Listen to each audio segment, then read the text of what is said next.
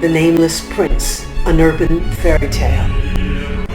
The Nameless Prince will take you through the rabbit hole to a magical realm unlike anything you've seen before. Follow 10-year-old Seth Bauman from the sewers and abandoned metro tunnels of Los Angeles to the interior, a fantastical inner realm on the edge of defeat. Only Seth can save Interior from peril by becoming the Nameless Prince of Prophecy, embarking on an odyssey of riddles and self-discovery, and ultimately learning his own name, and thus his very purpose.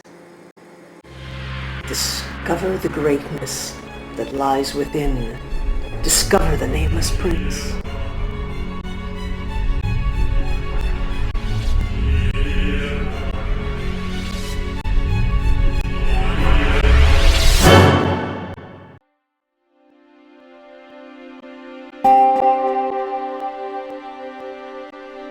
There was no one single inspiration for the Nameless Prince. It really was the culmination of a lot of concepts that had been germinating for a while in my head.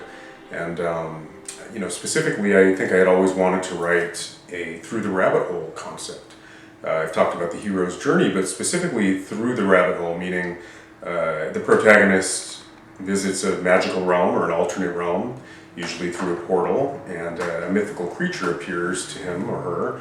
And, to me that's always symbolic of meeting the higher self or having a spiritual epiphany away from the stimulus of everyday life, basically. So I had always wanted to write a story sort of honoring that template.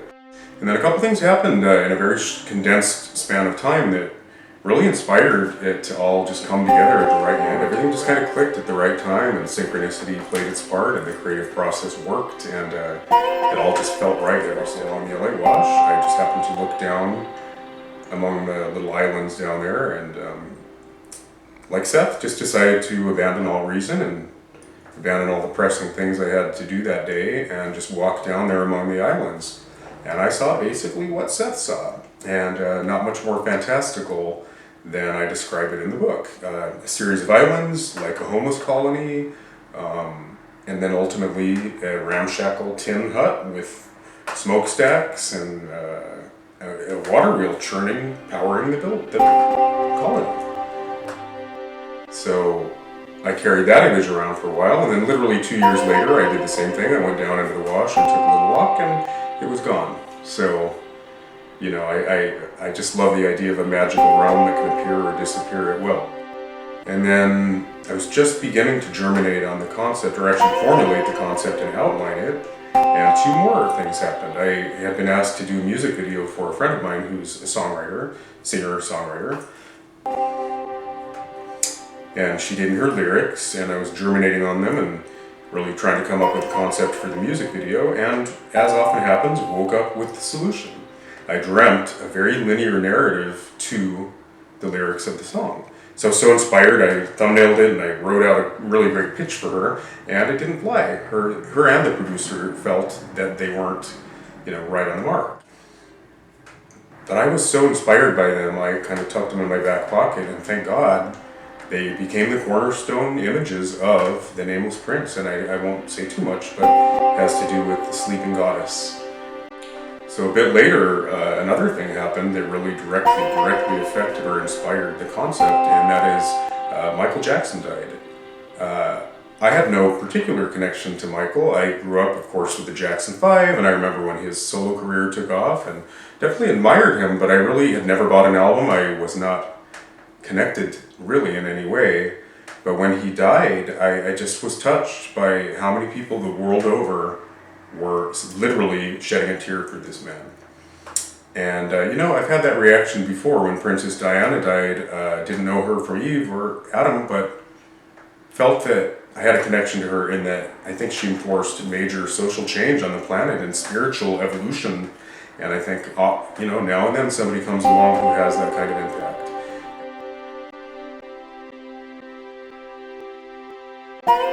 Especially in this story, I very much nodded to a lot of traditions. Of course, there's just mythology, Greek and Roman mythology, and arguably the mythology that informs all religions the world over, I try to honor those archetypes, and I feel like that's where the resonance lies, actually, is in that I get to do that. Specifically in the young adult genre or in writing for children, I, yes, have huge influences. I grew up on Dr. Seuss, of course. I mean, let's start at the beginning. Dr. Seuss, I would say, definitely captured my imagination as a child, specifically Horton Hears a Who. Rocked my world as a kid, and I just related to it in a way that I didn't have words for at the time. I now know it's because artists often do see things that aren't there.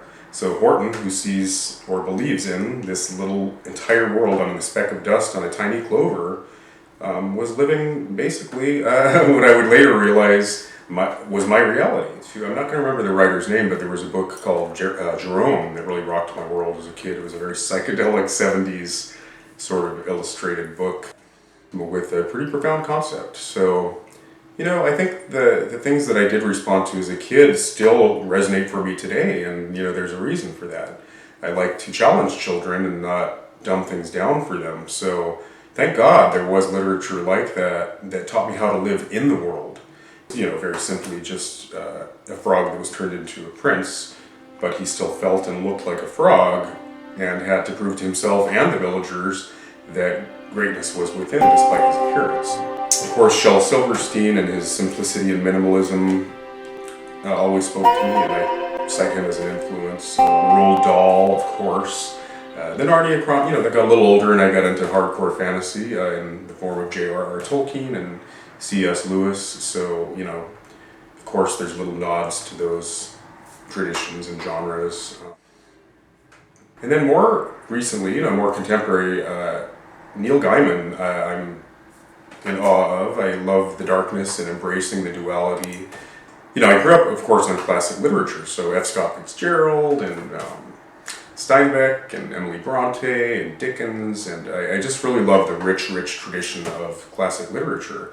So I think I have that as a basis, and then it was sort of tempered over the years with a little more economy, and I credit Ray Bradbury for that. Now, he's not the most contemporary guy, but in the 70s, when I was growing up, it really was sort of mainstream reading, and I really love his economy, just saying a lot in very few words.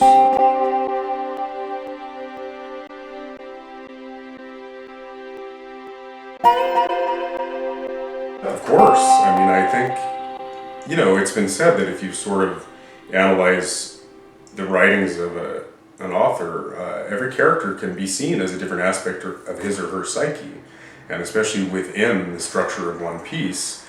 I think, for me, I'm always ostensibly writing about one topic. Theoretically, objectively, I know what my themes are, and I know what my parable is, and I know what I'm trying to portray. Only later do I see the cathartic function and what I was actually working out in the moment. So for me, I just love that about the creative process, that if you're open to happy accidents and you're open to synchronicity, you will ultimately grow or evolve as a result of having gone through the creative process. I thought that I was just sort of making a statement about who our true prophets might really be in this life. The visionaries, the creatives, not just painters and writers, but also mathematicians and inventors. So I was kind of making a statement about maybe those who, as Ayn Rand would say, bring the metaphysical to the surface for the masses to partake in, bringing the concepts into the perceptual realm. So I was just kind of honoring artists, musicians, creatives, and but I realized later all those characters were different voices inside of my head as an artist that were struggling to be heard. And the prophets really subconsciously became kind of warring factions inside of me, and my sense of futility and my purposelessness in the moment. And I taught myself through the writing of it, and only later did I realize the message of it, which is, we're all having an impact, whether we feel futile or purposeful. And we most often have that impact when the circuit is completed and we've given something. I personally think there should be an extra step in the creative process that's not acknowledged in the 7 accepted models of creativity, and that is what happens when you're done, quote unquote, when you've finished executing your project. Is the circuit completed? Does it land with people? Does it communicate? Does it change the world? Does it collect dust under the bed? So back to the question of whether or not I relate to Seth, of course. I thought of Bridge to Terabithia because, again, it had such a huge impact on me as a child. Again, it was probably the first book I had read in which I related 100% to the main character as an artist who's somewhat disenfranchised and feels a little bit different. But a lot of the anecdotes in The Nameless Prince were absolutely autobiographical. I had a friend, Eleni, not Elena, but Eleni, who was a Greek immigrant, and it was my job to walk her home from elementary, even though it was only a block. And we got caught scribbling out Nikki plus Eleni on the stucco wall of our elementary school. And I had to paint the wall. So that anecdote is 100% autobiographical. The bully in my elementary, whom my Facebook friends will all know, and in fact he is a Facebook friend. Won't mention any names, but the episode of the lefty scissors and Seth cutting him with the lefty scissors and having his painting privileges revoked, 100% autobiographical.